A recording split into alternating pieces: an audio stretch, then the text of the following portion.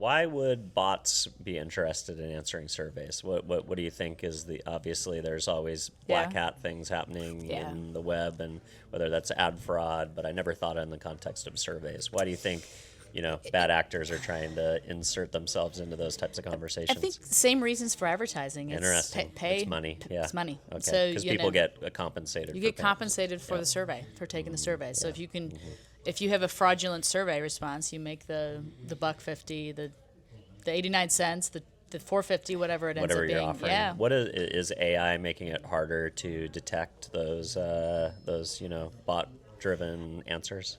It's actually making it easier. Oh, interesting. Okay, so AI is the defense as much as maybe sophistication is happening on the fraud side. It's also helping with the authentication as well. Yeah, that's right.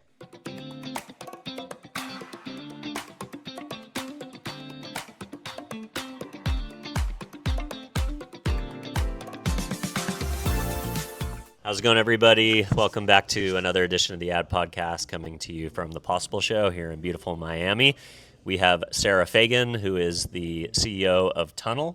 Sara, thanks for coming on. Spend a little bit of time with us. Thanks for having me. So tell us a little bit about yourself. Tell us about what Tunnl does and what brought you to Possible this year. Well, I've been a 3-time CEO, really focused on the audience and marketing space. Mm-hmm.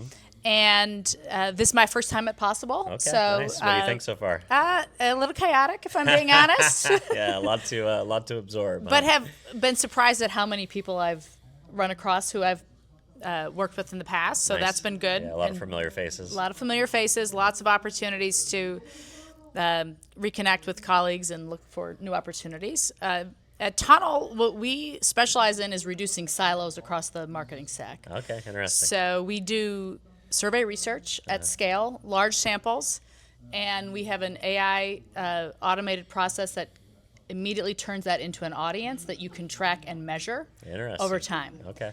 And so as we sort of think of the rapid change that's happening in marketing, we can quickly see how a agency could get rid of many partners and just use one. Interesting. Okay. So tell me about how do you guys recruit for your surveys? Because, a lot of people are loving the idea of the synthetic audience and, being able to talk to your audience through AI platforms now. And some people are claiming up to a 95% accuracy rate in these synthetic audiences, but there's still a lot of value in real people and real customers, right? So there is value in real people, and I believe, and we're exploring synthetic as well, but we sit on top of a population that includes every U.S. adult, and we believe that will have to be continuously fed, even in a synthetic environment. Yeah, and synthetic audiences don't buy things. They synthetic audiences do not buy things. That is an excellent point. Yep. The other piece is, public opinion measures the future, whereas synthetic research, we believe, will always give you an answer in the past. Oh, interesting, because it's looking at historical data versus, what people are thinking about if you prompt them to answer something. And I think the two will coexist very well. There'll be an opportunity for a quick snapshot, quick questions, some guidance. But, if you're a brand about to spend 10, 15, 20, $50 million, you want to make sure that's founded on real human insight. Yeah, I love that. So talk about the recruitment methodology. Are you guys recruiting through banners or video, social, a little bit of everything? So we leverage basically every panel in the U.S. And we have, and we bid very much like a large sample provider would set up. We typically work in all the technology required to get rid of bots, which is a real thing in this industry. Interesting. And then we're really selective, and we throw out a lot of interviews so that we have to make sure we can tie it to something. Yeah. And so that's the core of our value proposition, is that our responses are always tied to an individual. Interesting. Why would bots be interested in answering surveys? What do you think is obviously there's always black hat things happening in the web, and whether that's ad fraud, but I never thought in the context of surveys. Why do you think, bad actors are trying to insert themselves into those types of conversations? I think same reasons for advertising. Interesting. It's money. Yeah. It's money. Okay. Because people get compensated. You get compensated for the survey, for taking the survey. So if you can, if you have a fraudulent survey response, you make the $1.50, the 89 cents, the $4.50, whatever it ends Whatever up you're being. offering. Yeah. What is AI making it harder to detect those bot-driven answers? It's actually making it easier. Oh, interesting. Okay, so yes, yeah. so AI is Yes. the defense as much as Yes. maybe sophistication is happening on the fraud side. It's also helping with the authentication as Yeah, well. that's right. Interesting. So you talked about replacing marketing stacks. I don't know if you want to name names, but like, what are some of the ways that you can consolidate under your guys' offering? Well, the best way to think about it is, today a typical brand will spend a significant amount on survey research, market research. The agency will read through that and they'll do their best to recreate the demographics or the audiences that the survey suggests are the target. And so what we really do is collapse that. And so it takes out the guesswork. It puts brands and agencies, when they're leading these efforts, in control of what that audience actually is, and then gives it an ability to measure it kind of continuously on a continuous loop.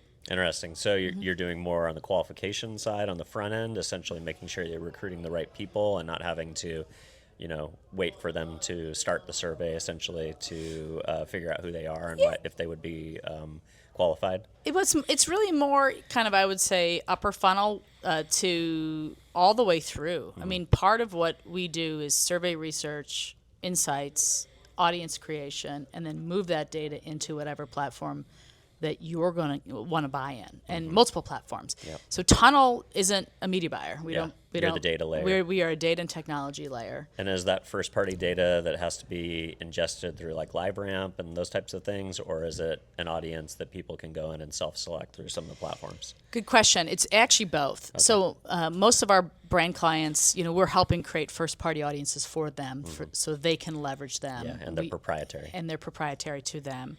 But we are also very active in marketplaces and branded Tunnl audiences, which of course be third party, but anyone can go grab them and activate against them. Interesting. So that'd be like examples would be like auto intenders or travel and healthcare. Like healthcare. Yeah. We do a lot of work in the influence space and the policy space as well. Okay, so like given in politics. Given the nexus in DC. Yeah.